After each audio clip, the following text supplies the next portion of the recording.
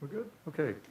All right, good evening, everyone. This is the Tuesday, October 1st meeting of the North Miami Planning Commission. Let's all stand and do the Pledge of Allegiance to the flag. And I pledge allegiance to the flag of the United States of America and to the republic for which it stands, one nation, under God, indivisible, with liberty and justice for all. Madam Secretary, we can have a call roll, please. Certainly, sir. Chairman Ernst, Present? Vice Chair McDermott. Present. Commissioner Each. Present. Commissioner Blemire is absent so far.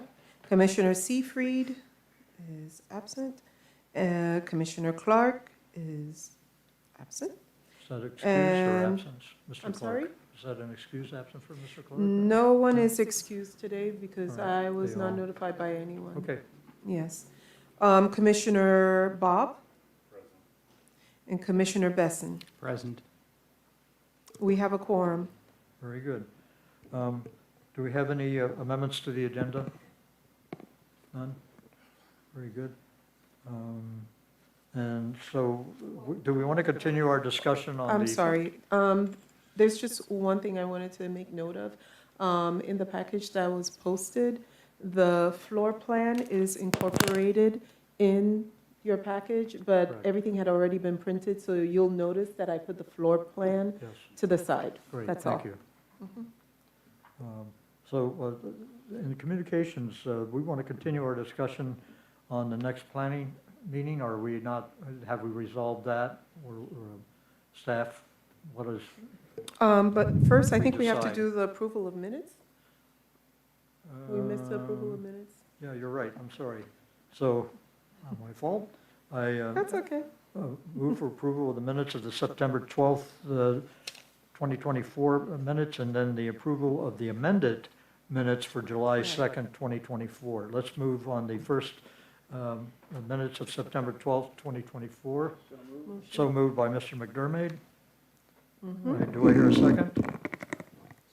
Second by Dr. Besson. All in favor? Aye. Those minutes have been approved. And then finally, for the minutes of July 2nd, 2024, these are amended minutes. I ask for approval on that. So moved by Mr. McDermott, seconded by? Seconded by Mr. Bob. Very Thank you. good. Now we'll move on to, Yes. to the Okay, so. discussion that we need to have about our meeting Well- plans here. Yes, so we are looking to have it, this came up after everything had already been posted, but it looks like we're going to have a special meeting on, well, we were looking at October 14th, but, no, October 10th. 10th, October the 10th. October 10th, some are able to make it so far, some are not. So we're going to look to see if we're going to do it on the 17th. So I will have to confirm that probably tomorrow. Right. But definitely the one for November 5th, that happens to fall on Election Day. Correct, So we can't have it on that day. right. And so we are looking, again, to have that one on, The 14th, that's the one that's 14th November of 14th. November. 14th of November. Yeah. So to be I'm- clear, I'm what fine we, with that. so we was looking at having a special meeting on October the 10th. We had quorum for that, but it seems to still be some conflict because of Yeah. other city meetings that are going on that day. So the suggestion was to have it on the 17th. The room is reserved for the 17th for us if you wish to have it on the 17th. And of I've October. notified staff that I'm not available for any of those meetings, so Mr. McDermott would have to chair. Okay. Okay. Wait. I have a question. So I had heard that the meeting for October 10th needed to be advertised, right? And the Yes. ad was going in today. That's correct. So you'll have to do a re-ad for the 17th. I will. Okay, so Yeah, that- The 17th, the 10th is out. I understood. why don't we use a microphone? Yes, sir, I thought you could read my lips, I'm sorry. I thought the attorneys weren't going to be available on the 17th. She's gonna. Oh, by, float- okay. She's gonna float in. Thank you. Are you using a microphone? November 14th. November 14th? Yes, so for what- November, it would be the 14th. I On think the we're. The 17th of The October 17th for of the special October meeting, would be the- and November is going to be moved to the 14th due to election. 14th, okay. Yes. So if I may, through the chair, so the reason why we are requesting this special meeting in October is that, you know, at our last meeting we had on the 12th of September, we had the impact fee study that was reviewed. And we also have coming to you the mobility study. Both of those items need to be reviewed and approved by city council prior to January the 9th. To meet that deadline, we would need to be on the October 22nd city council meeting for first reading. And to get that, we need to have that mobility study reviewed by you and a recommendation. And then we will be looking at having it on the 22nd along with the impact study for first reading. And then second reading would happen in November because we are anticipating that we may not have a December meeting. So now, is this a result of our last meeting where the study that has nothing to do with anything that was presented to us at the last meeting on the water, on the impact fees, correct? Nothing, it wasn't, that deadline that I'm speaking of was already baked in when we came before you last time on the Right. on the 12th with Okay. that one. But because of so few city council meetings being left on the calendar, the city manager said that we need to move expediently to get these items before them so we can ensure that we can get both readings in before the year ends. Okay, I understand. Everybody understand all that? I'm sorry, sir? 14th of November. Yeah, and I'm fine for that. Okay, Bless you. and that is a Tuesday, correct? That's a No, it's a It's a Thursday. Thursday? Yes. Okay, Whenever, all special meetings usually take place the following week on a on a Thursday. Thursday, okay, got it. Thank When you does very the much. new council get sworn in? So we're That's- anticipating, they're anticipating runoffs. So that's why they would think it'd be the first meeting in December that they may be swearing them in. And if that's the case, they won't have a regular, meeting with a regular agenda at that meeting. But none of this is etched in stones. We'll see what happened on the 5th. And to staff, can we review everybody's terms that are on the commission? I believe my term is up for reappointment as well as a couple others. or I whatever. think so, I am. So we need to get a review of that, if there's any questions that need to be taken care of on that matter. Okay. But if you could give us a rundown, if you wish just to send that to us through an email or whatever, or, Oh, I will. because we need to know how this would impact anything that's moved or not, I won't be here and the if 14th. anybody, you know, Okay, for a smoother transition, let's put it that way. If we have any pending items, we can finish up before the next city council takes over. I mean, that's Okay. just my suggestion. all right, I'll do that. All right, I just realized, so you will not be seeing me at the next one. okay, I won't be here, all right. but I'll try to get that information to you. Thank you. Could I also make one other suggestion? The fact that the two individuals are not here, you could actually turn this microphone to Yes. Vice Chair. That one, which is all the way over there, could be turned towards you, and then Dr. Sure. Besson, you still have one. That way, each person, Okay. you don't have to go back and forth. Okay. Yeah. Okay, there you go. Okay, so can we go ahead and move on here now? Any continued public hearing? Turn this on, there we go. So do we have any continued public hearings at all? No, we do not. All right, we'll open up the public hearing portion of this, and I'll ask Mr. Held, do we have, is this a quasi judicial Yes, it is. proceeding? Can we go ahead and swear everybody in before I read in the, And I'll do it Okay. a summary also of procedures. okay? So, You want to do that first? yes. Yeah, I'd like Okay. to do that. If I could, Okay. Chair recognizes Mr. Held for the reading. Thank you, sir. So this is a summary of the quasi-judicial procedures that are applicable to the item on tonight's agenda. These rules apply to applications on specific parcels of land, like zoning map amendments, special exceptions, variances, and conditional use requests. The commission will sit like a court, hence the term quasi-judicial, reviewing the facts presented at the hearing, applying the adopted rules as explained by staff in the staff report and verbally. Commission members can make site visits but must disclose the evidence upon which they intended to rely from that visit. Commission members will disclose at the beginning of the hearing whether they have had communications with individuals on behalf of the applicant or otherwise, including who the communication was with and what the topic of the discussion was. All persons intending to speak to the commission will be sworn by the clerk. The staff will make a presentation and the commission may ask questions. The applicant will then make a presentation, including expert witnesses, if any, and the commission may ask questions. When the public hearing is open, the public can make comments on the application limited to 2 minutes each. Citizen testimony must be fact-based, not opinion. Commission may ask questions, and the applicant's attorney, if any, may ask cross-examination questions. Members of the public can decline to be cross-examined. Staff may present additional testimony to supplement or rebut arguments made. The commission then deliberates based on the evidence presented. The commission's decision must be based on competent, substantial evidence, meaning based on the record, staff presentations, expert presentations, and fact-based comments by citizens according to the standards for approval set forth in the city code. The commission may approve, deny, or continue the item.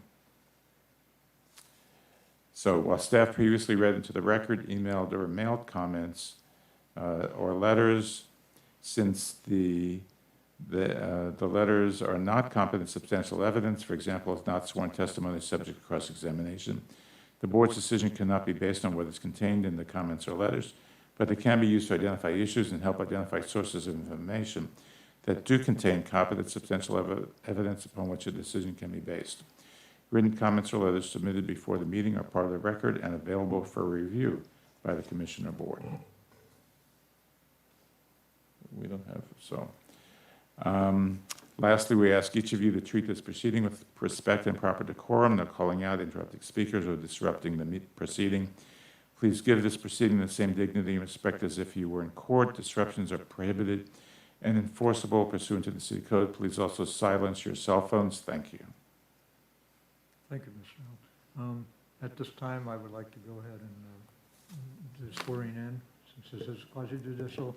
Anyone wishing to speak on this matter, we ask you to stand and be noticed and be sworn in. Anybody who's speaking Chris? on the matter, we need you to please stand And at this time and be sworn in. Okay. Do you swear or affirm that the testimony and evidence that you are about to give will be the truth, the whole truth, and nothing but the truth? I do. Thank you very much. Thank you. You may be seated. And before I do the reading, Mr. Held, I want to ask the commission if there's any, one who's had prior comment under commission disclosure. Has anyone talked or had a discussion on this item with anybody in the public or with the petitioner? None. Mr. Clark and I believe, Mr. Clark, I just want to bring up that I called your attention to the oversight in the text for the draft that was presented to us with the date. That was corrected, Yeah, that was corrected. yes. So that's the only communication that I had on this item with staff, to advise them that there was a correction that needed to be made on the draft. The date was wrong on when that was decided on. So that's since been fixed. I don't, my copy that I got in the email was still wrong. I don't know if the printed copy has the correction in it or not.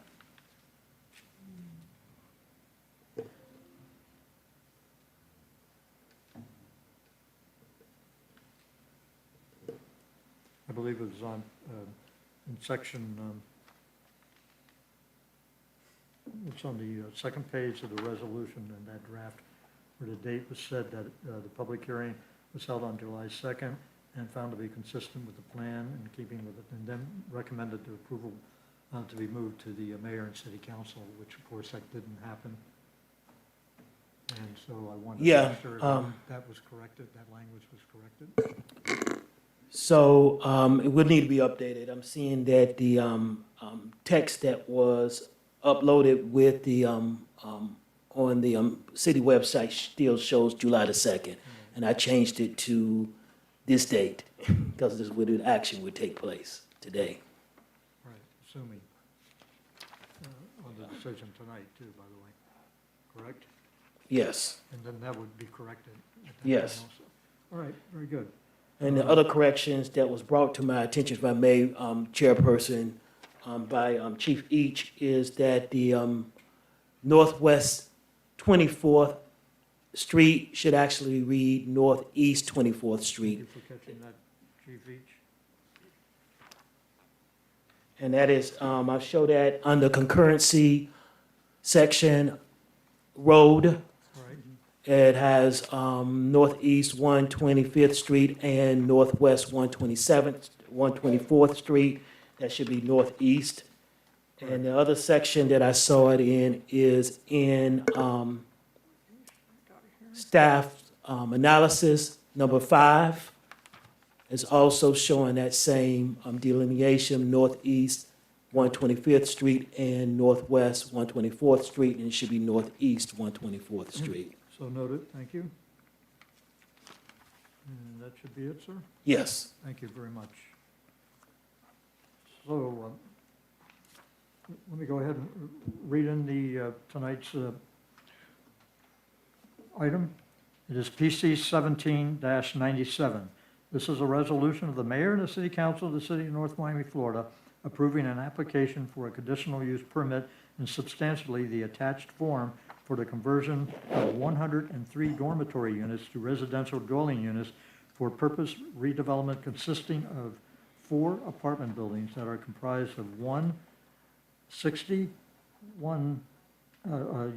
unit, 4-story building, 2 2-story building housing a combined 2/3 units, 1 2-story 11-unit building with 138 parking spaces on 5 parcels of real property located at the following address: 1705, 1704, 1725, 1740 Northeast 125th Street, and 1705 and 1735 Northeast 124th Street, specifically identified with Miami-Dade folio numbers 06-2229-007-0390, 06-2229-011-010, and 06-2229-007-0350, and finally 06-22229-007-0440, and finally -6-22229-007-410, totaling approximately 2.75 acres in accordance with the Article 3, Division 4, Sections 3-402 through 3-407, Article 4, Division 2, Section 4-205, and Article 4, Division 3, Sections 4-304 and 4-310 of the City of North Miami Code of Ordinances, Chapter 29, entitled Land Development Regulations, providing for an effective date and all other purposes. Mr. Cook, may we have staff report, please? Thank you, Mr. Chair. Derek Cook, I'm the Assistant Director with Development Services Department. As you may recall, this item was heard on July the 2nd of this year. And during that meeting, you had concerns specific to the size of the units. And based on that concern, as I recall, you wanted to defer the item to allow for the applicant to come in to discuss the interior of the building and to confirm that the units would be at least 500 square feet or more in size. And in that mind, if you have me, I can go through the presentation again if you wish, or if you want to attend to those specific concerns, and the applicant is here this evening to address those questions. Certainly. Anyone on the commission, I have concerns and need clarification on the interior design as far as the size of how, and the makeup of each one of the units. So that's probably my specific need. We did hear the other aspects of the plan that I guess have not changed. That's correct. So, does anybody want to review anything like that first, or have Mr. Cook touch upon? Or do we want to just concentrate on what our main concern was as to what the plans were for the interior design of this building? And then what effects it may have in the overall impact of the project? So none? Okay, so Mr. Cook, go ahead and if you want to address just what we had requested, which I believe was the interior design, give us a little bit clearer picture. This is kind of hard to see, the printout that we got. Mr. Seifried is now present. Chair recognizes that, and we can begin. So I've also brought up on the screen, if it would be illuminated, the actual floor plan for Okay. the, Yeah, okay. that'll help, because it is kind of hard to see in the size that it is right now. Mr. Seifried, the chair recognizes Mr. Seifried is joining our meeting. And just quickly, Mr. Seifried, we're beginning the presentation on the item, which we have narrowed it down to the, if you recall, to us wanting to have a better idea of the floor plan that's going to be presented. So this is what we're going to concentrate on with the presentation. Okay, thank you, Mr. Cook. I apologize. Go ahead and continue. So with that in mind, we have here this evening, the applicant represented Mr. Chris Collins, and he'll be able to address your concerns as to the makeup of the interior, and they're meeting the standards, at least for the size and any other specifics that you would like to know about the interior design of the units. Okay. Also, now, we had discussed the fact that we weren't crystal clear as to what the situation would be with tenants that are, if any, are occupying those buildings at the present time. And this is something that I did ask the city to look into. Can you provide me any kind of clear answer as to what will happen with those people now? Was anything in violation with the city, with them living in there, or any violations taking place right now? So what we have here is a non-conforming situation with these units. Non-conforming in the capacity that the unit, that the area is zone PU, which is public use. Right. It does have an overlay district on it, which is the North Miami Transit Station Overlay District, that allows for residential use through a conditional use by you activating the units through a conditional use permit. The applicant is before you to obtain conditional use approval for 103 units to make these current units whole and legal. Right now, the operation is a non-conforming and is not operating in legal standard with the city because they do not technically have density to have those units functioning right now. Thus is why they're before you to get this conditional use permit and going before city council to get their approval. May I would like to ask Jennifer and our committee chairman, or council. I have a problem with the fact that they are currently in violation, technically, correct? By law, right now? Can you explain that to us, that we're making the decision on the fact that in fact, that, I want a clearer picture of whether or not this could be considered substandard housing that they are currently under, and how the city can So they're, legally allow them to reside in this with, either further or, to remain there while this process is taking place. so they're not in violation because of substandard housing. They're in violation simply because of, to be honest, Johnson and Wales coming to North Miami.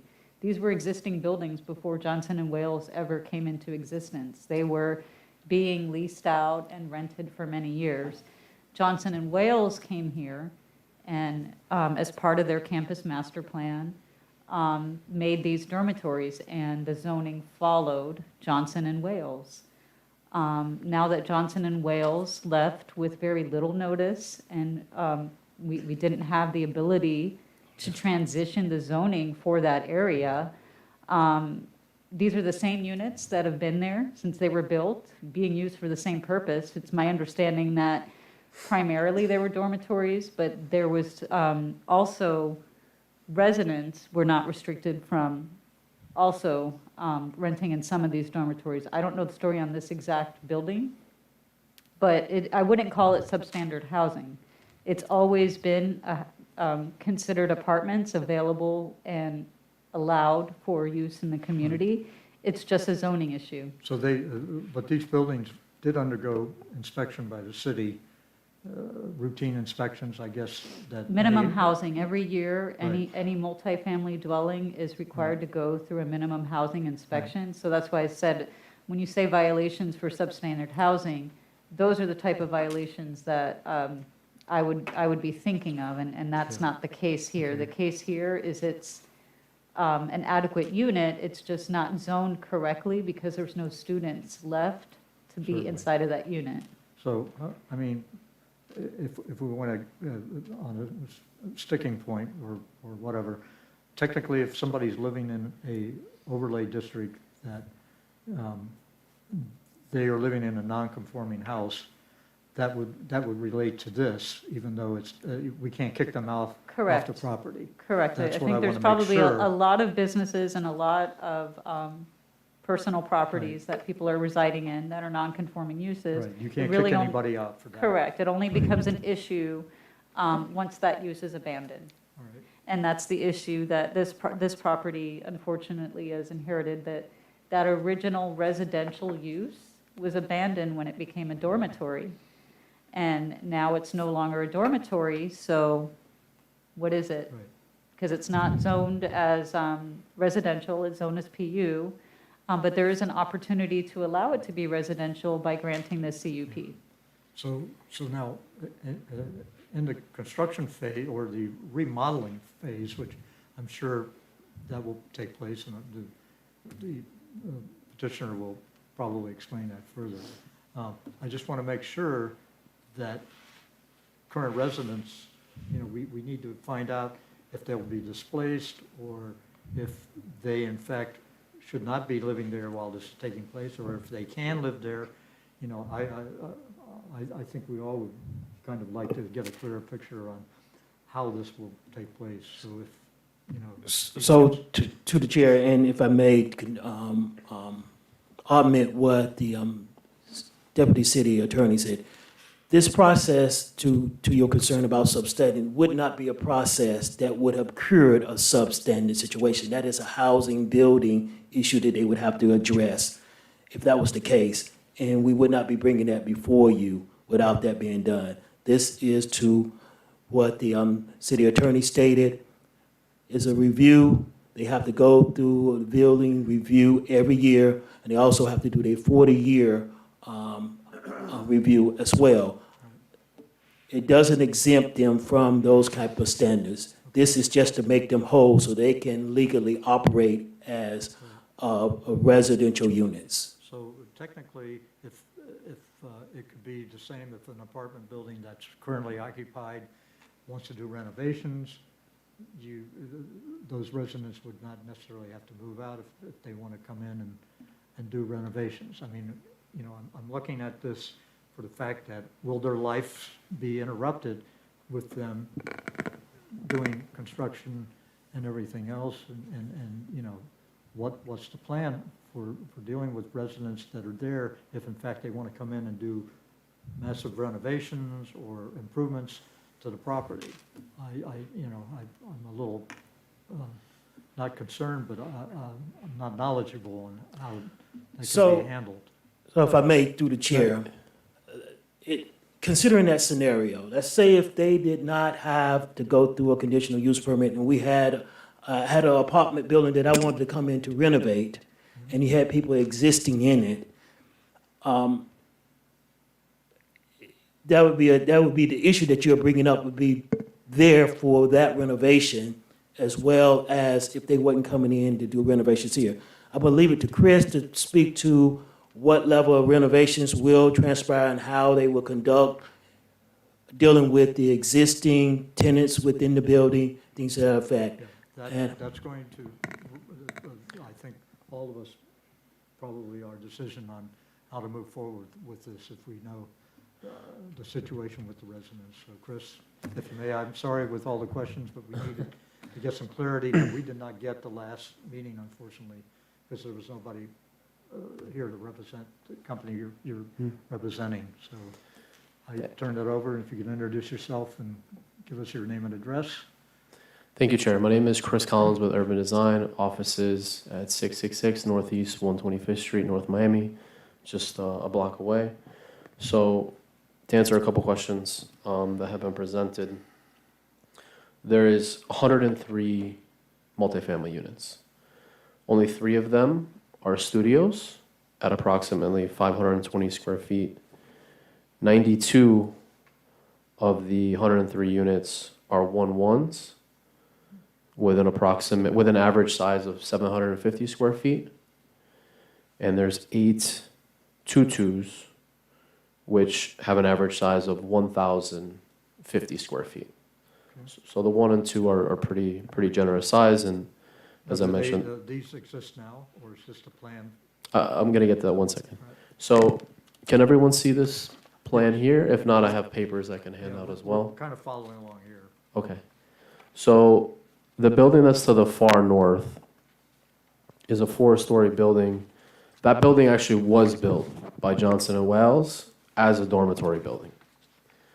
The balance of the buildings to the south were all previous multifamily buildings or houses, residential buildings that were there prior to Johnson & Wales ever coming to North Miami.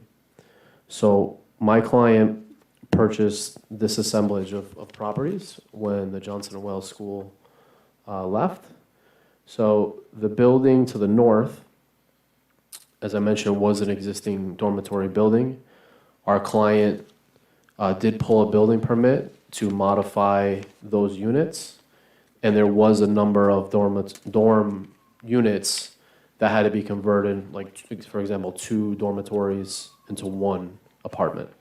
So there was significant work that did occur in that building. The construction budget alone, I believe, was somewhere around $2.5 million.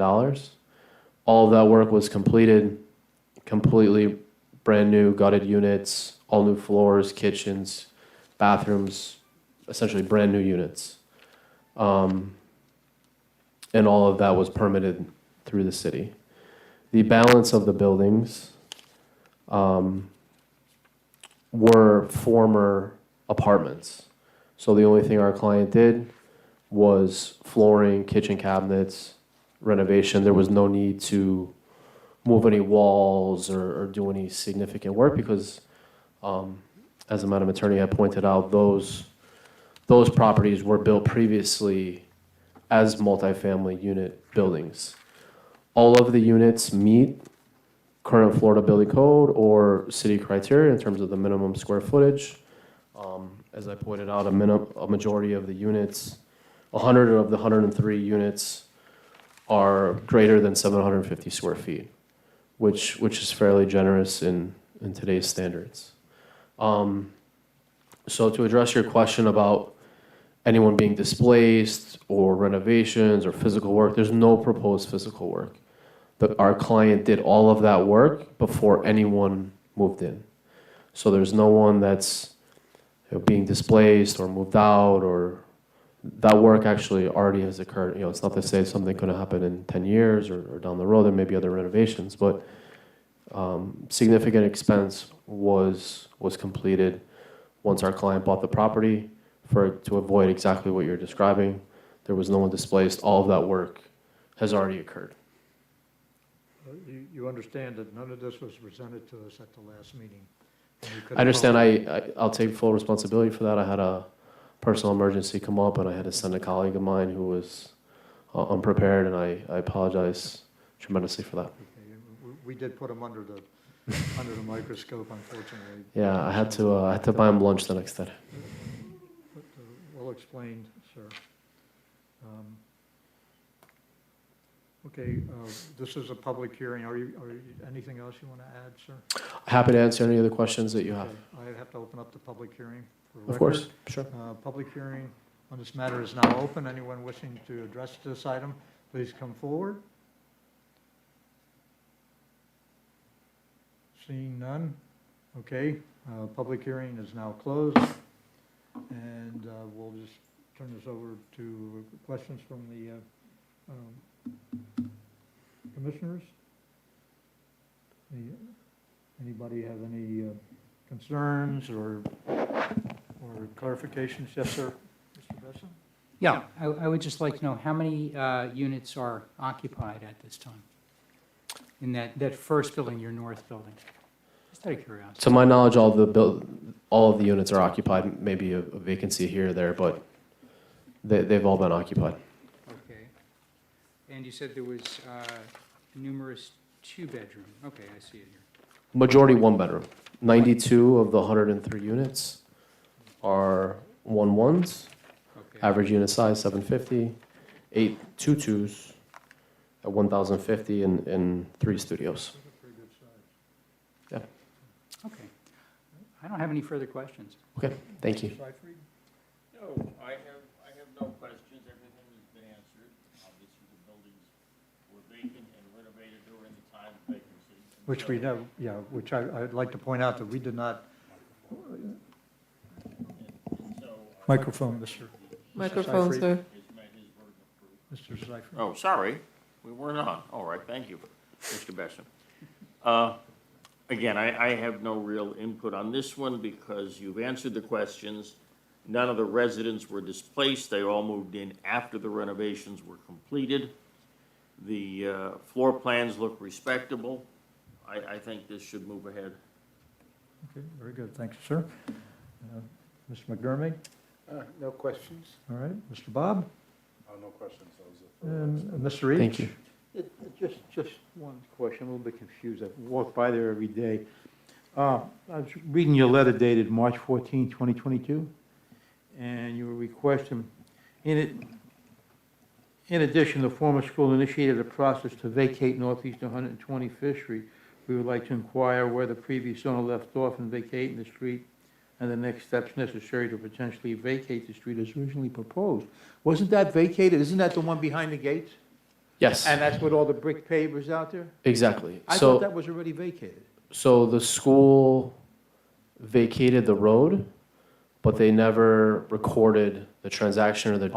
Okay, all right, So when our client bought okay. the properties, that was still showing as a public road. Yeah, no, because And then- I remember that being vacated, and I was just wondering. Yes, and then we went through a process with the city of figuring out where they left off, and it was. So it is vacated then?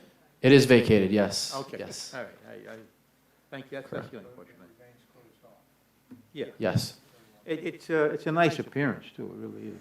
Yes, very nice It's a nice appearance. aesthetically.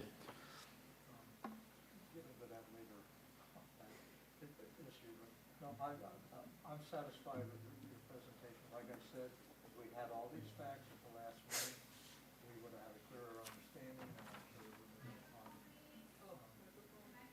I turned it off instead of on when I reached in there. Like I said, reiterate, if we'd had this information at the previous meeting, I'm sure we would have not had to be here tonight. So, thank you for clearing up some of our questions on that, because we certainly had a different picture because of not getting any answers. Yeah. And that didn't help in our decision. My apologies. Okay, well, Chair, ask if anyone would like to make a motion for approval. All right, I move we approve this as presented. Mr. Seyfried is, And this, second?